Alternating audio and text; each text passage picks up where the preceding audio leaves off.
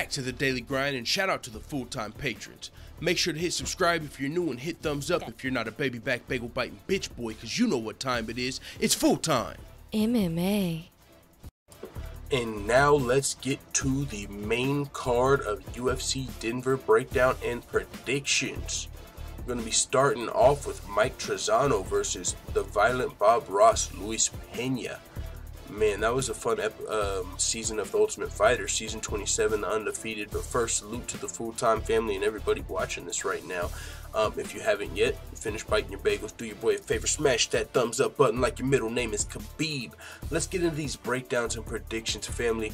UFC Denver was originally going to be headlined by the Korean Zombie versus Frankie Edgar, but he was forced to pull out of this fight about a week and a half ago, and his replacement's going to be now Yair Rodriguez. Going to be a fun fight. Then we got the co-main event, of course, between Donald Cowboy Cerrone and Mike Platinum Perry. That's going to be a fucking banger. Can't wait to get to that.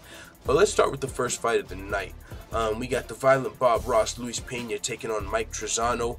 Mike Trizano won the Ultimate Fighter season 27 undefeated, that was coached by Stipe Miocic and Daniel Cormier, after making it to the finals and defeating a very tough Joe Giannetti via split decision. The Violent Bob Ross was injured after his win on this show, so he didn't get an opportunity to continue through the show and actually win. But Dana White liked what he saw, so he still got a shot to fight in the UFC, and he fought on the finale, but he just wasn't fighting for, to win the show. He just got a placement on the card, and he fought against Richie Smolin, who he defeated via first round submission in a performance of the night. I'm definitely going to be picking Mike Trizano to win this fight. I don't know. I watched the season of The Ultimate Fighter. I don't know how many people still watch The Ultimate Fighter, but I definitely watched it this season. And when I watched that season of Tough, I do love the nickname of Violent Bob Ross and even the look, and I like the guy, you know what I'm saying, what he brings as far as the character is concerned, but I'm not in love with his personality or his fighting, actually. If you watched the show, you can definitely be, judge for yourself, but personally, I had him scored in the lower end of the spectrum on Robin Black's Sap Alvarez scale, or as Ken Flo calls it, the Sun and Gaethje scale. Trizano also, he fights out of Tiger Shulman. He's got more professional and amateur experience, and he's fought tougher competition throughout his career. So I'm 100% picking Mike Trizano to win this fight.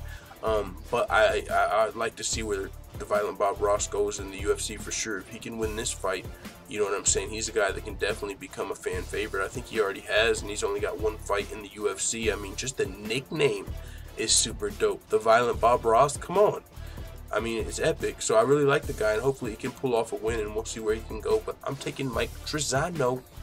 Moving on to Macy Barber versus Hannah Cyphers. Macy Barber's only 20 years old at 5-0 and came up fighting in the LFA, which is looked at as type of a UFC feeder league.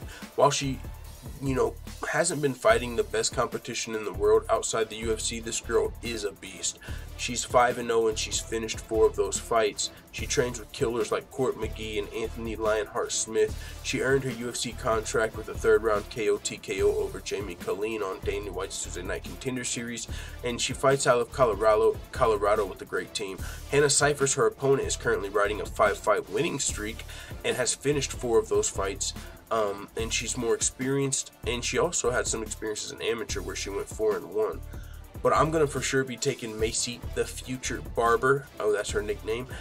She looked great on the Contender Series. I believe she's got the potential to be a big star, so I would hope the UFC matchmakers wouldn't throw her to the wolves this early in her career.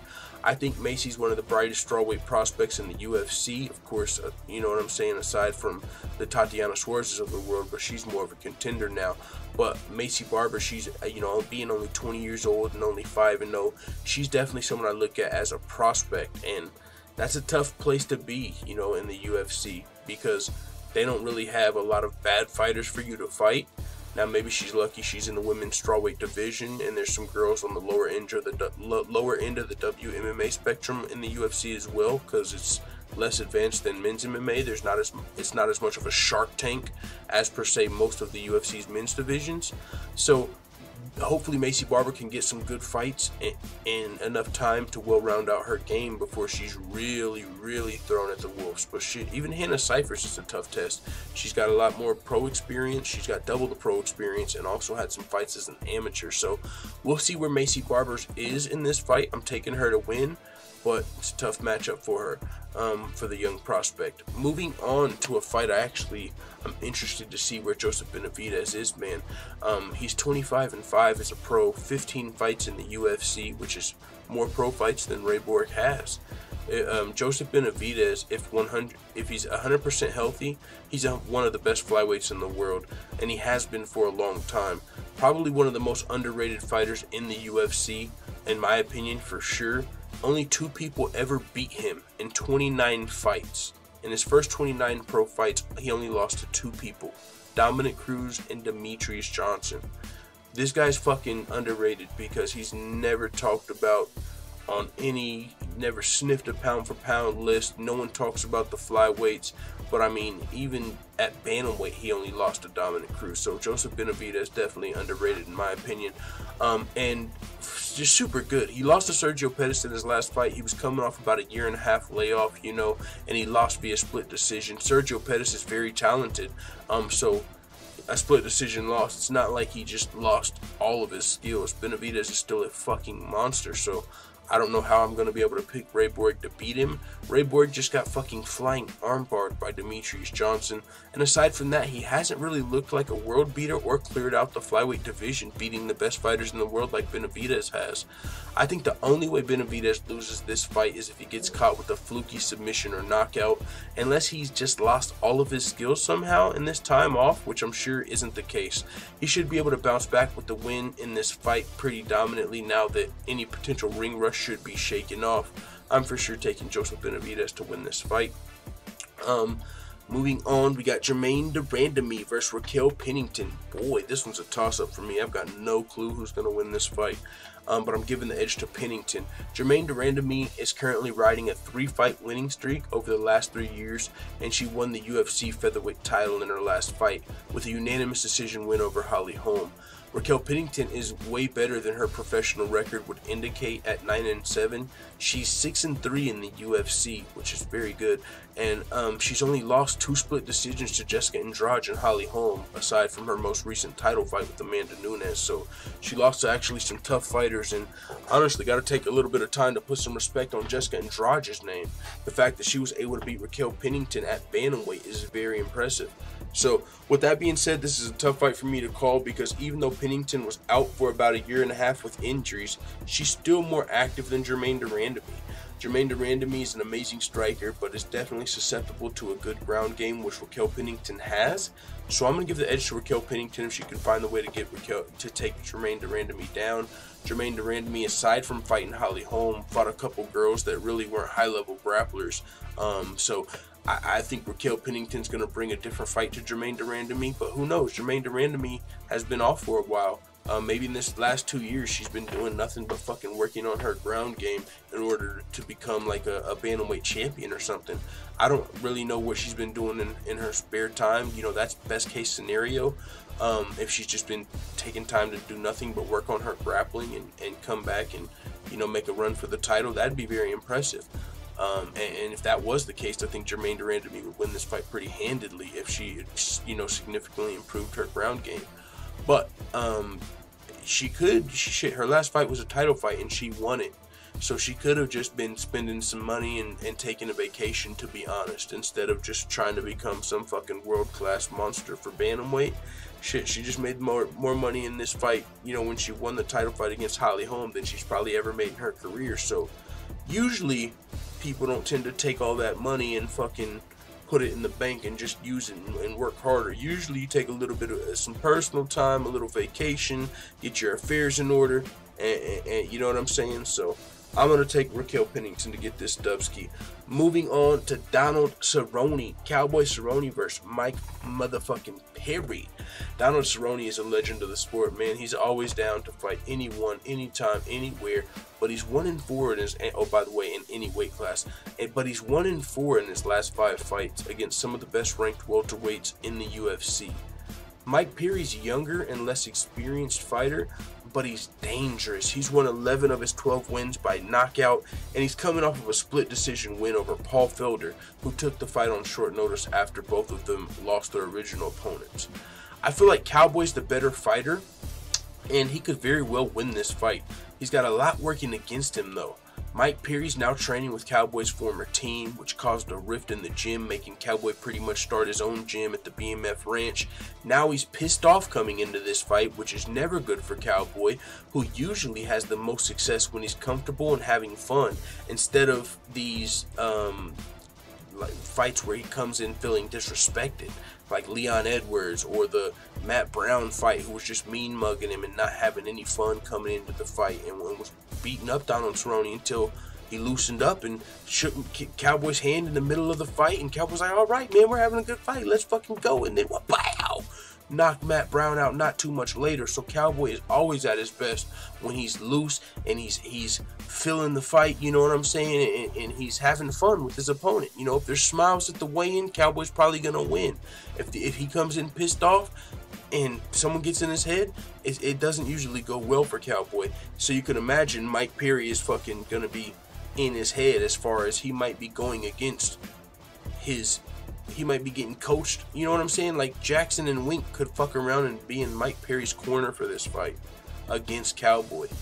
Like Donald Cerrone has already let us know how he's pissed off at this situation on Joe Rogan's podcast when he aired all of it out. So not only is Mike Perry training with his former team, but also Mike Perry's coming to this fight pretty pissed off. So that's two things against Donald Cerrone that are in Mike Perry's favor. Mike Perry, he's been working to round out his game, you know, but I still feel like Donald Cerrone is more well-rounded, more technical, and could win this fight if he avoids being knocked out. Mike Perry has been working to round out his game now that he's got a legit fight team at Jackson Wink, but he hasn't been there long enough to really be one of the best welterweights in the world yet. But he's only 26 years old, so he's got plenty of time to grow and become a more well-rounded, you know, fighter in the UFC. He's already dangerous. This fight's a toss-up for me, but I'm going to give the edge to Cowboy Cerrone. Cerrone is a little bit undersized in this fight, but he's the more well-rounded fighter, more experienced, and he's got more path to victory, I feel like. He's fighting a guy that can knock you out cold with one punch or one elbow. But Mike Perry, he can win this fight, you know, via knockout, decision, submission. I think he's got more paths to victory. I think for Mike Perry to win this, he's going to have to knock Donald Cerrone out, who's about to fight his 45th pro fight and is a future Hall of Famer. So as far as I'm concerned, Donald Cerrone can definitely deal with a young knockout artist. You know what I'm saying? So I'm picking Donald Cerrone to beat Mike Perry, even though it's a dangerous fight and it's a toss-up for me. So with that being said, moving to the main event, Korean Zombie versus Yair Rodriguez, man. This is going to be a fun fight. I mean, any fight Yair Rodriguez is in that's not against Frankie Edgar is always thrilling, and this isn't going to be any different. Excuse me. Yair Rodriguez was fucking people up in the UFC in spectacular fashion before getting brutalized by Frankie Edgar in his last fight about a year and a half ago. And since then, it seems like he's been ducking the fate a little bit from Zabit, but now put respect on his name, because not only is he taking a fight, but he's taking it on short notice. And Korean Zombie's a former UFC title challenger who took 4 years off from his UFC career for mandatory military service, but now he's back, and he knocked out Dennis Bermudez in the first round, but that was almost 2 years ago. He took another year and a half off after that win. I don't know if it was another little stint in the military. He had 4-year mandatory stint, and then he got to fight, and then he had to go back for a year and a half, and you know, so it's really deterred his potential career as a UFC fighter. Kind of reminds me a little bit of Muhammad Ali, you know what I'm saying? As far as his military service getting in the way of his career and whatnot. So yeah, man, very fucking interesting here. But he actually went, you know, and did it and served. So, I mean, Korean Zombie's a fucking beast. And while he's been over there in the military, it's not like he's been sitting on the fucking couch. He's definitely still been training. I'm picking Korean Zombie to get this dubski. Korean Zombie's a former UFC title challenger. He took that time off and hasn't been super active. But I'm not super confident for him to get the win, but I will say I'm giving him the edge because he's had a full fight camp for one, preparing for Frankie Edgar. A fight camp for Frankie Edgar, I would imagine, was grueling because you're fighting one of the best fighters in the world. So Yair Rodriguez taking this fight on short notice, since this is somewhat of a toss-up for me, that's why I'm going to give the edge to Yair. I feel like Yair, for sure, in his off time, has been doing nothing but working on getting better, because he had a super bright future, and Frankie Edgar almost derailed that whole shit in one fight. So he had to take some time off, heal up, do what he needed to do, and now he's back. But boy, he's back on short notice against a very tough opponent in the Korean Zombie. So we will see what happens in the main event. For me, this is another toss-up. I'm giving the edge to the Korean Zombie. So with that being said, man, let me know who you guys got in the comments. That's it for me. And if you want to see my predictions and my thoughts and breakdown on the Fight Pass and the Fox Sport prelims of UFC Denver, those are located over at the Fulltime MMA Dojo over at patreon.com/fulltimemma, which I think we're going to start doing some live shows over there. And on Twitch, we're going to start switching some shit up because, you know, YouTube's been slacking on the pimping. So, with that being said, man, it is what it is. Let the Full-Time family know what you think in the comments. And who do you think's going to win these fights? I'm out. Bye, Felicia.